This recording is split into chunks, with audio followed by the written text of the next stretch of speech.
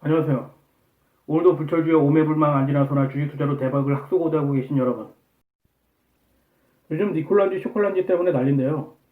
발단은 니콜라이 수소트럭이 알맹이가 없는 껍데기라는 킨덴버그 리서치 보고서였죠. 근데 정말 놀라운 일은 우리나라 투자자들이 3천억이 넘는 금액을 니콜라에 베팅을 했었다는 겁니다. 아니, 뭘 믿고 신생회사에 그런 큰 금액을 투자한 걸까요? 제2의 테슬라가 될 거라고 생각한 걸까요? 여기엔 언론들의 농간도 어느 정도 일조했다고 봅니다. 때문에 언론들을 절대 고지고대로 믿어서는 안 됩니다. 언론을 그대로 믿기보다는 분석하고 평가할 줄 알아야 합니다. 니콜라 기사를 보니까 이게 정식으로 IPO를 한 게 아니라 스펙과 합병을 통한 우회상장 비슷한 거더라고요. 일반적으로 정식 IPO는 상당히 까다롭고 시간도 오래 걸리는 걸로 알고 있는데요. 스펙 상장은 양자 간의 합의만 이루어지면 곧바로 상장이 가능해지죠.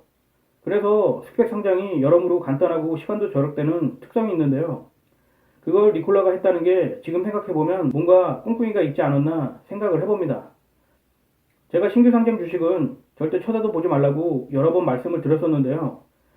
신규 상장 주식은 거품이 잔뜩 껴있기 때문입니다. 때문에 시장의 정확한 평가를 받기 위해서는 적어도 2, 3년을 필요로 합니다. 그때 가봐야 진짜 그 신규 상장 주식의 가치가 드러나기 때문입니다. 인간도 처음 만나서는 그 사람의 본심을 알 수 없는 법이죠.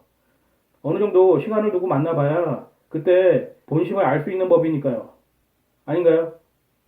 신규 상장 주식은 쳐다도 보지 마시길 바랍니다. 상장 후 얼마 못 가서 7, 80%가 하락하기 때문입니다. 잔뜩 거품이 낀 종이 쪼가리를 여러분들에게 비싸게 팔아넘기려는 수작질이라는 것을 명심해야 합니다. 검증된 주식들이 시장에 널렸는데 아니 아직 제대로 검증도 안 된 신규 상장 주식을 위험을 감수하면서 투자해야 할 이유가 없다는 게 제 생각입니다. 정말 신규 상장 주식에 투자하고 싶다면 2, 3년 기다렸다가 거품이 빠지고 똥값이 되면 그때 한번 투자해 보시길 바랍니다. 그리고 제가 이해가 안 가는 것이 국내 주식을 놔두고 굳이 해외 주식을 투자하는 분들이 있는데요. 뭐 분산 투자 차원에서 해외 주식에 투자를 할 수도 있지만 수수료도 비싸고 정보 조건의 어려움과 여러 가지로 불리한 해외 주식에 굳이 투자를 하는 이유가 있나 하는 겁니다. 미국 주식시장이라고 마냥 믿을 수 없다는 것도 아마 이번 니콜라 사태를 통해서 알게 됐으리라고 봅니다. 예전에도 미국에서 앨런이라는 거대 기업이 회계 부정으로 파산한 적이 있는데요. 주식시장이라는 것이 돈이 개입되는 곳이기 때문에 항상 보수적이고 의심의 눈초리로 접근하는 것이 좋습니다. 돈이 개입되는 곳에는 거짓, 속임수, 함정이 기다리고 있기 때문입니다. 수소차를 세계 처음으로 양산한 게 현대차인데요. 아마 일본어로 잘못 알고 계신 분들도 있을 겁니다. 초기부터 현대차는 전기차와 수소차를 동시에 개발하는 투트랙 전략을 사용했죠. 왜냐하면 어떤 자동차가 앞으로 대세가 될지 알 수 없었기 때문일 겁니다. 다른 대부분의 자동차 기업들은 전기차에 몰빵을 했고요. 때문에 지금 현대차의 수소차가 주목을 받고 있는 것이 아닌가 합니다. 어떻게 보면 무리한 모험이었는데 지금 대박이 난 거죠. 그래서 니콜라가 현대차에 접근을 한 거고요. 니콜라는 현대차와 협력을 통해서 수소차 관련 기술을 얻으려고 했었는데 번번이 퇴짜를 맞았죠. 현대차는 수소차 관련 핵심 부품을 모두 국산화했다는 것이 특징인데요. 그 중에서 딱 하나, 수소 탱크에 쓰이는 탄소섬유만 일본 도레이 제품을 쓰는 것으로 알고 있습니다. 이것도 조만간 효성으로부터 제공받게 되지 않을까 합니다. 지금은 효성의 탄소섬유 인정 강도가 일본 도레이 제품보다 낮기 때문인데요. 조만간 효성이 뛰어넘으리라고 봅니다. 저는 전기차보다는 오히려 수소차에 더 높은 점수를 주고 싶은데요. 전기차는 일단 배터리 가격이 전기차의 절반을 차지할 정도로 가격이 높다는 겁니다. 이건 배터리에 쓰이는 희귀금속인 리튬, 코발트, 니켈 등이 들어가기 때문인데요. 이게 가격이 비쌀 뿐더러 전 세계적으로 매장량이 극히 작아서 가격 급등이 심하다는 겁니다.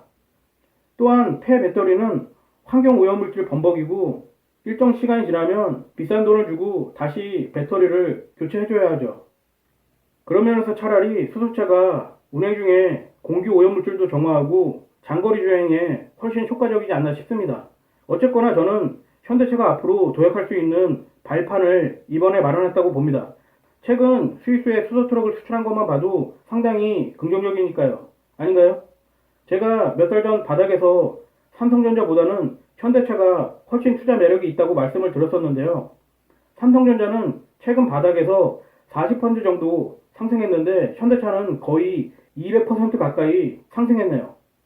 사실 삼성전자가 5, 6만 원을 한다고 해서 결코 싼 주식이 아니라는 것을 아셔야 합니다. 200만 원짜리를 액면 분할했기 때문에 상대적으로 싸게 보일 뿐이죠. 한마디로 착시 효과입니다. 그렇다고 당장 현대차를 매수해서는 안 됩니다. 바닥에서 조정 없이 너무 많이 올랐거든요. 코로나19 영향으로 당분간 실적은 크게 향상되지 않겠지만 앞으로 친환경 자동차 산업의 미래를 봤을 때 현대차가 선방하지 않을까 생각을 합니다. 때문에 기회를 봐서 조정이 크게 오면 그때 한번 들어가 보는 것도 나쁘지 않다고 봅니다. 물론 중장기 투자를 목표로 해야겠죠. 주식이란 미래에 대한 기대 심리로 오르는 경우가 많습니다. 그래서 니콜라 주식이 신규 상장하자마자 급등했던 거고요. 그러나 기대 심리가 현실이 되면 먹을 게 별로 없습니다.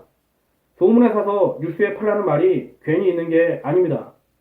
유혹에 넘어가면 그 대가를 치러야 한다는 것을 잊지 마십시오.